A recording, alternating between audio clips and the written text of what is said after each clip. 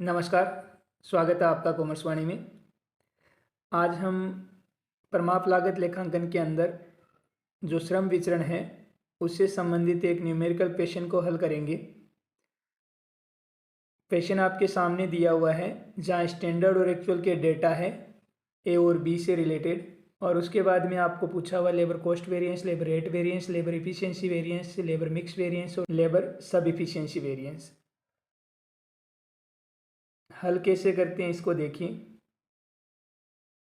पहले दिए गए डेटा को हमने स्टैंडर्ड और एक्चुअल में इस तरीके से रख लिया। स्टैंडर्ड एसएच और एसआर, एक्चुअल एएच और एआर में दी गई डिटेल को रख लिया। स्टैंडर्ड के नीचे जो आवर्स था वो एसएच हो गया, स्टैंडर्ड के नीचे जो रेट था वो एसआर हो गया। ऐसे ही एक्चुअल के नीचे आवर्स था वो एएच हो गया, और एक्चुअल के नीचे रेट था वो एआर हो गया। डेटा इस तरीके से रखने के बाद में हम पहला फॉर्मूला लगाते हैं एलसीवी का। तो एलसीवी में फॉर्मूला होता है S H into S R minus A H into A R. S H आपका ए के लिए 20 है, तो 20 इंटू 4, बी के लिए 25 इंटू 3। इसको हल करेंगे तो प्लस का 5 आएगा, जिसको हम एफ से डिनोट करते हैं, इसलिए 5F रख देंगे। फिर बी के लिए भी फॉर्मूले में ये डिटेल पुट करेंगे, तो इसका माइनस में आंसर आएगा। माइनस के आंसर को एडवर्स रखा जाता है, यानी ए से डिनोट किया जाता है, तो 24D रख देंगे। प्लस और माइनस से आपके पास माइनस का बच जाएगा 19, तो माइनस के आंसर को ए से लिखा जाता है। इस तरीके से एलसीवी का आंसर आ जाएगा आपका 19।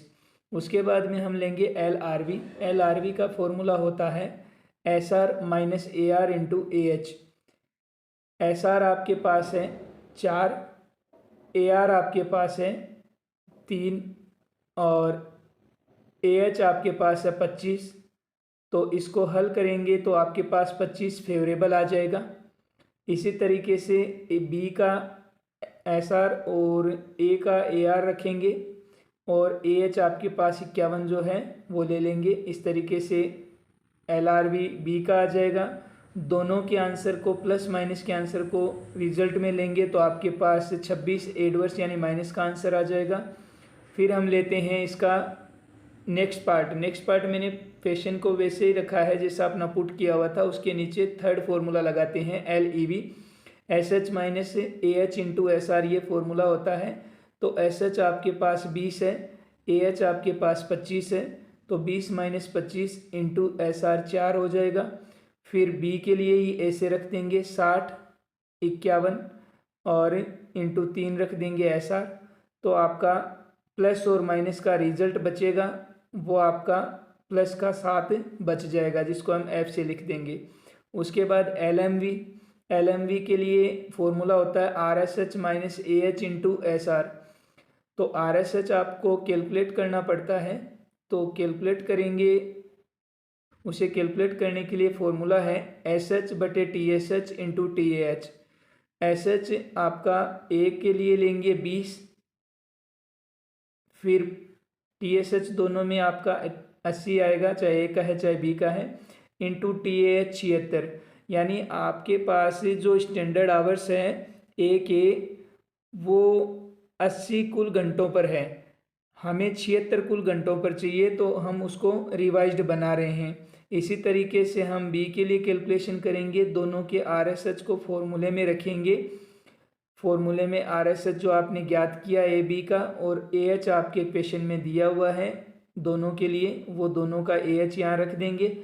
तो इसके बाद में आपके पास जो बचेगा वो आंसर 6A का बच जाएगा, यानी माइनस का एडवर्स आंसर। अब लास्ट आपका formula L S E V होता है। एल एस ई वी के फॉर्मूले को हम रखते हैं S H minus R S H into S R. S H जो आपका गिवन है, और आर एस एच आपके पास जो अभी पीछे कैलकुलेट किया था हमने यहाँ पर, वो वाला लिया जाएगा। और फॉर्मूले में रखकर जो आपके पास बचेगा, एस एच आपका 20 हो जाएगा, और आर एस एच 19 जो ज्ञात किया था वो हो गया, और एस आर आपका ए के लिए 4 हो गया। इसी तरीके से बी के लिए भी हमने 60 लिया, एस एच और आर एस एच हमने 57 ज्ञात किया है। एस आर आपके पास 3 है, फॉर्मूले में रख देंगे, दोनों फेवरेबल आएंगे, दोनों फेवरेबल होने पर दोनों जुड़ जाएंगे, तो इस तरीके से आपका आंसर आ जाएगा 13 फेवरेबल आंसर।